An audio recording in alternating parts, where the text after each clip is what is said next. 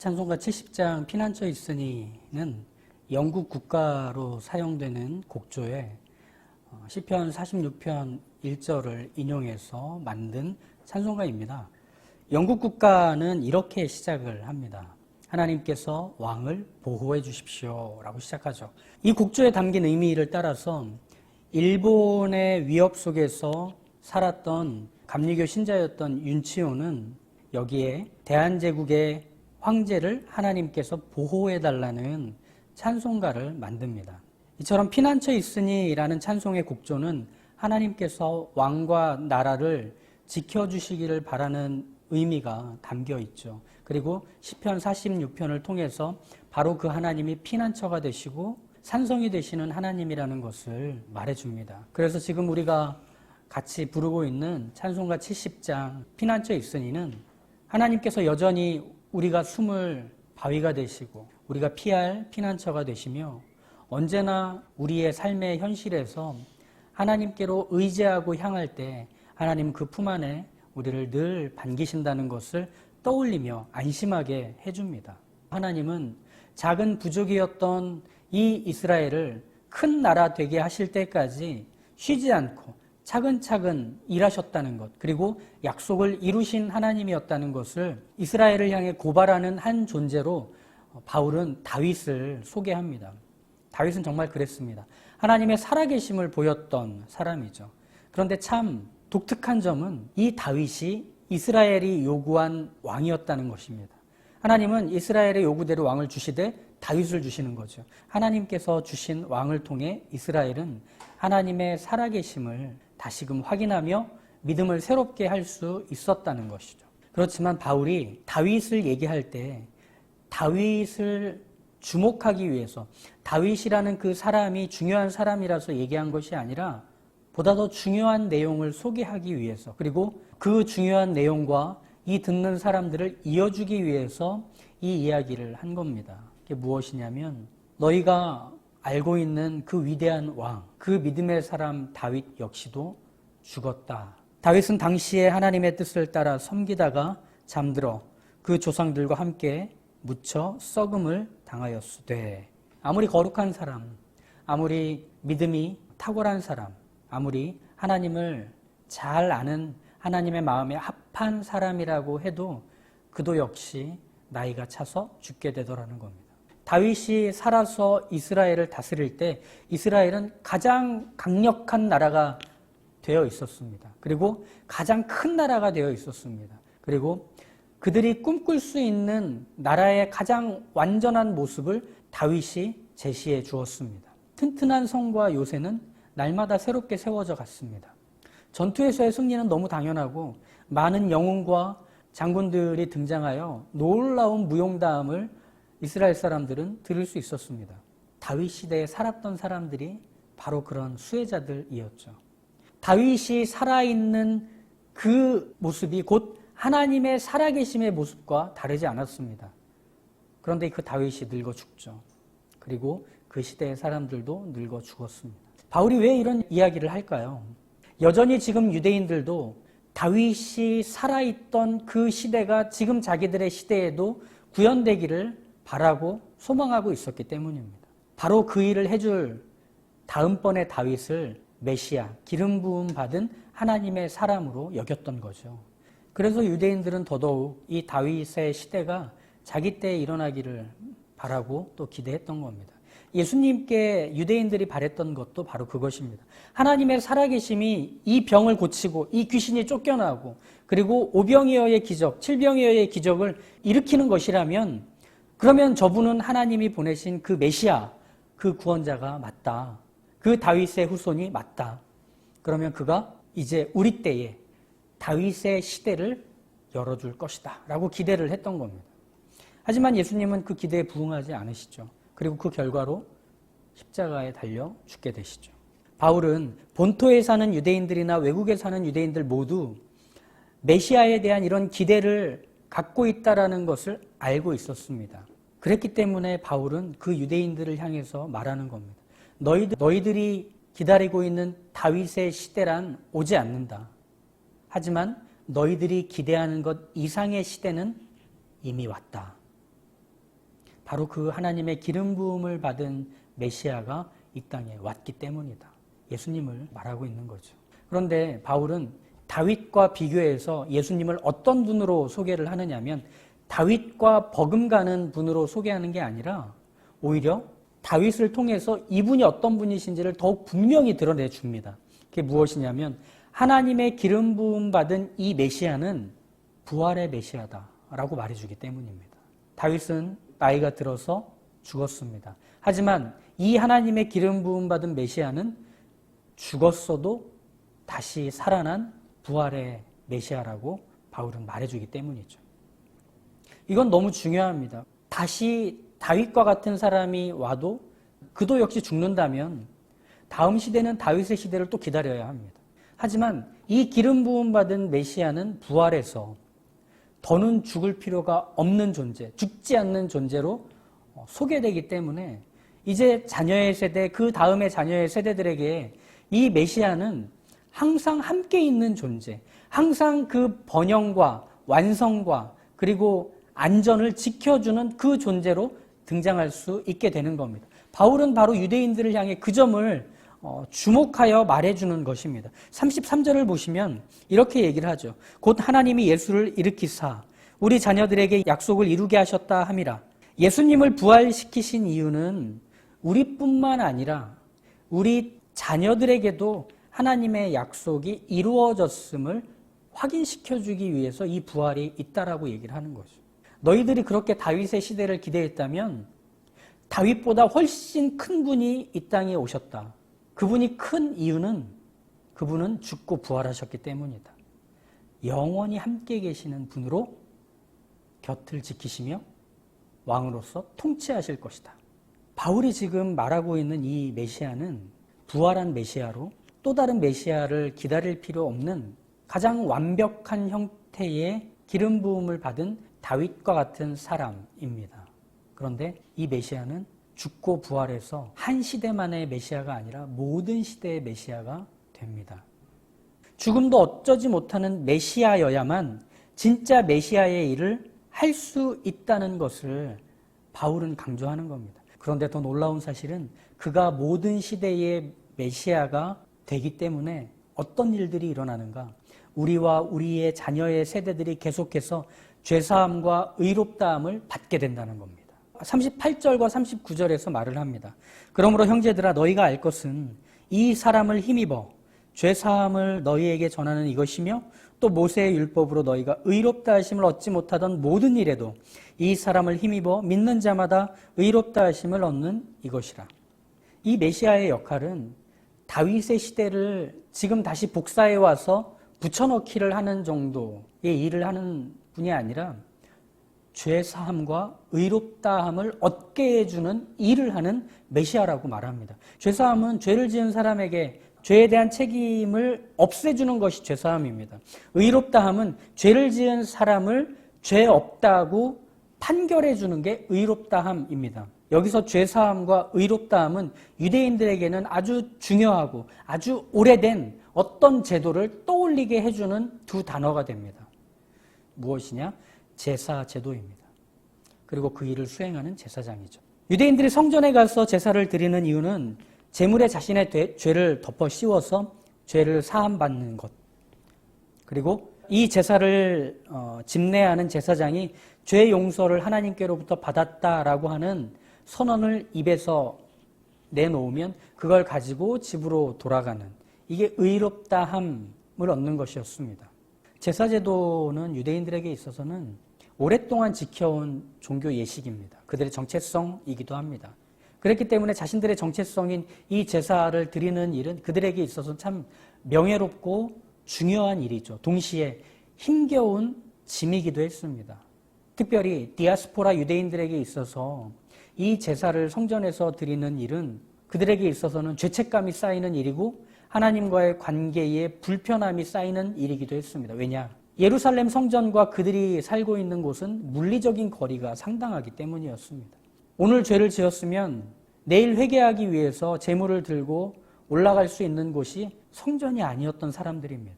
예루살렘에서 멀리 떨어져 나와서 이방인들과 함께 섞여 살 때 오늘 저지른 잘못을 풀어야만 하나님과의 관계가 회복이 되고 하나님과의 샬롬이 복원이 되는데 그걸 오늘 해결할 수 없는 겁니다.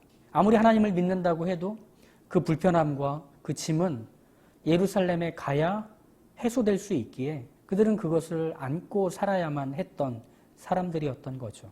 아무리 회당에서 랍비들에 의해 열심히 구약과 율법을 배우고 그것을 철저히 준수하며 암송하며 살아간다고 한들 하나님과의 관계에 여전히 죄의 문제가 껴서 이걸 해결하지 못한 채로 있다면 그들의 불편함, 그들의 어색함, 그들의 괴로움 이루 말할 수 없는 거죠.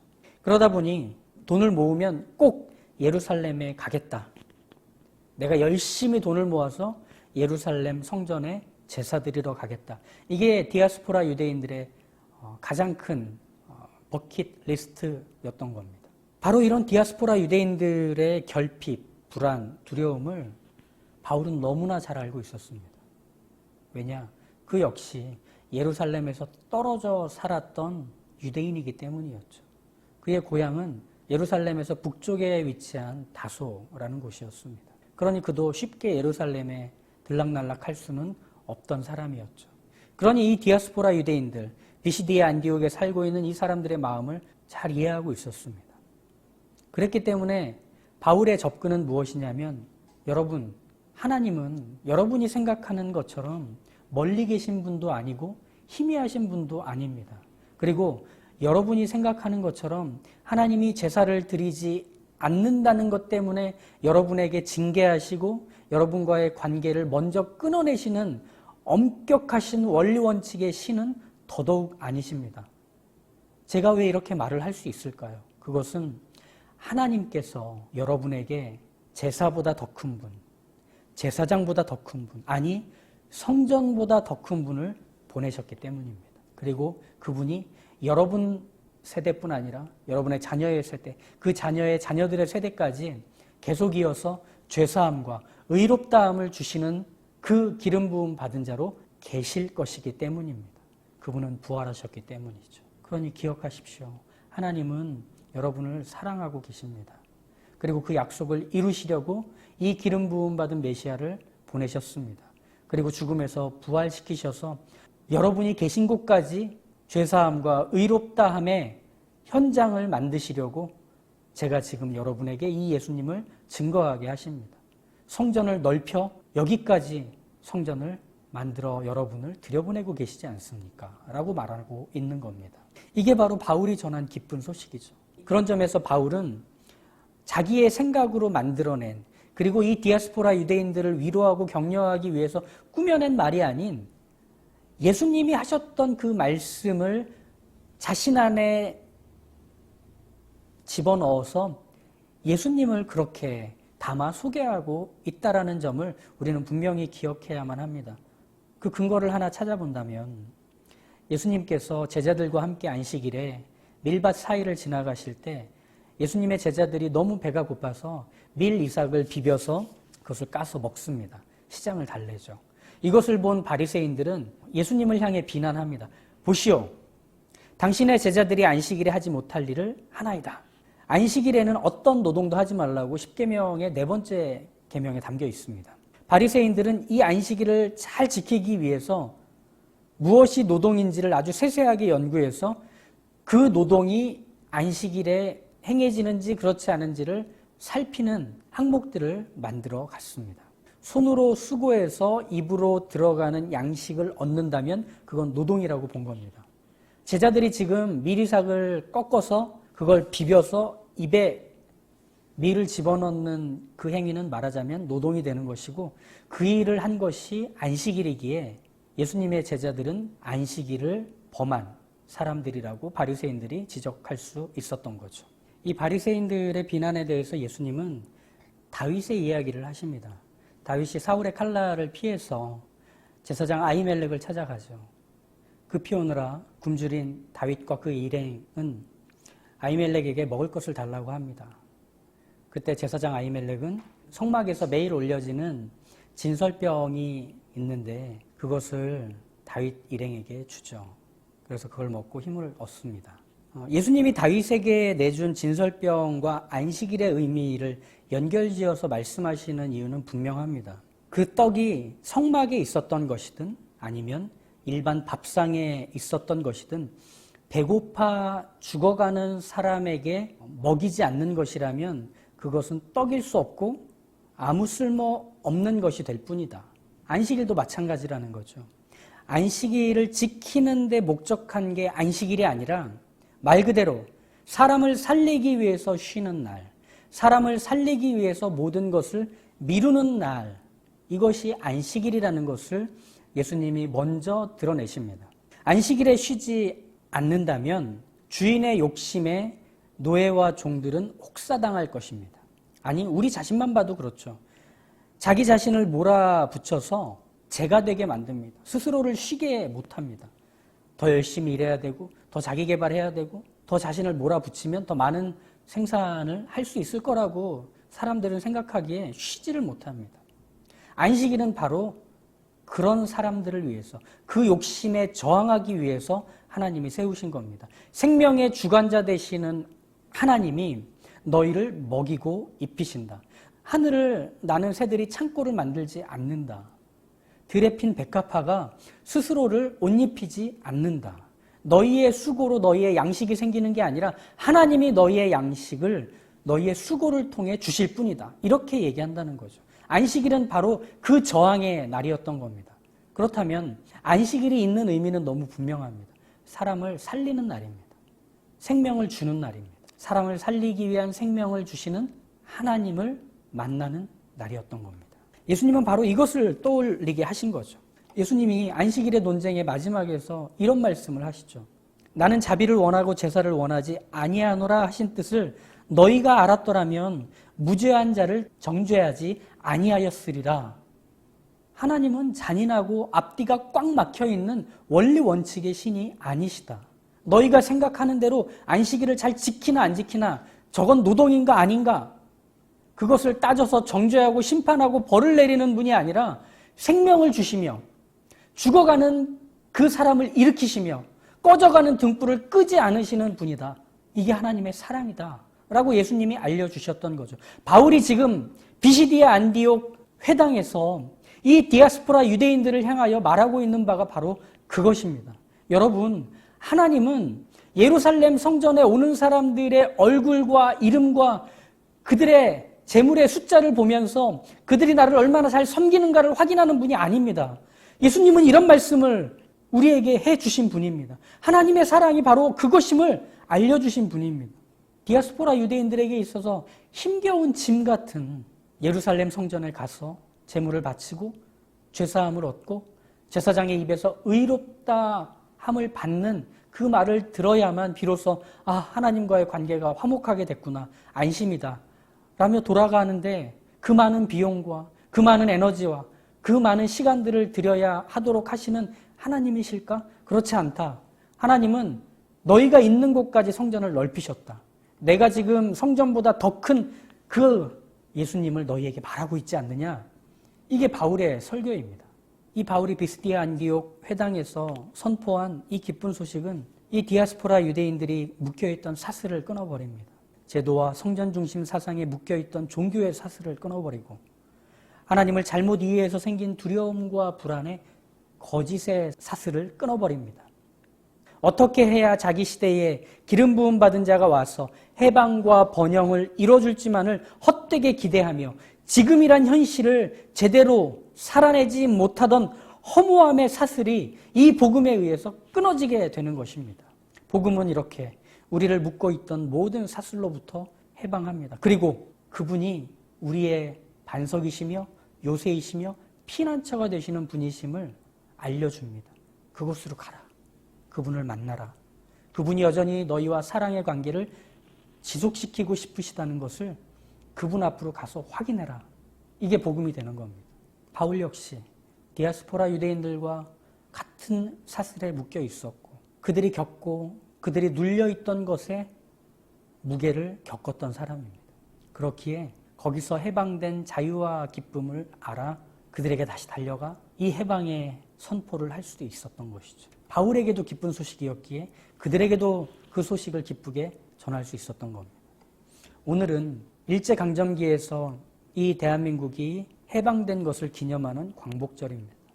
광복, 말 그대로 빛을 회복한 날이죠. 그때에도 같은 태양이 늘 떠올랐겠지만 삶은 어두웠습니다. 생명을 잃고 묶여 아무것도 할 수 없던 그때에 드디어 모든 묶인 것이 자유케 되고 눌린 것에서 해방이 되고 가족의 품으로 돌아오는 날이 찾아온 겁니다. 일본 황제의 항복 소식을 라디오로 들었던 사람들은 이것을 자기 가슴 속에 고이 담아뒀을까요? 그렇지 않았습니다. 밖으로 달려나갔습니다. 대한민국이 해방됐음을 알렸을 겁니다. 방방곡곡 사람의 입을 통해서, 외침을 통해서 전해졌을 겁니다. 지금 비시디아 안디옥에 이 이방인들과 함께 살고 있는 유대인들, 하나님의 살아계심을 가장 간절히 원하는 사람들입니다. 하나님이 여전히 그 약속을 이루신다는 것을 확인하고 싶은 사람들입니다.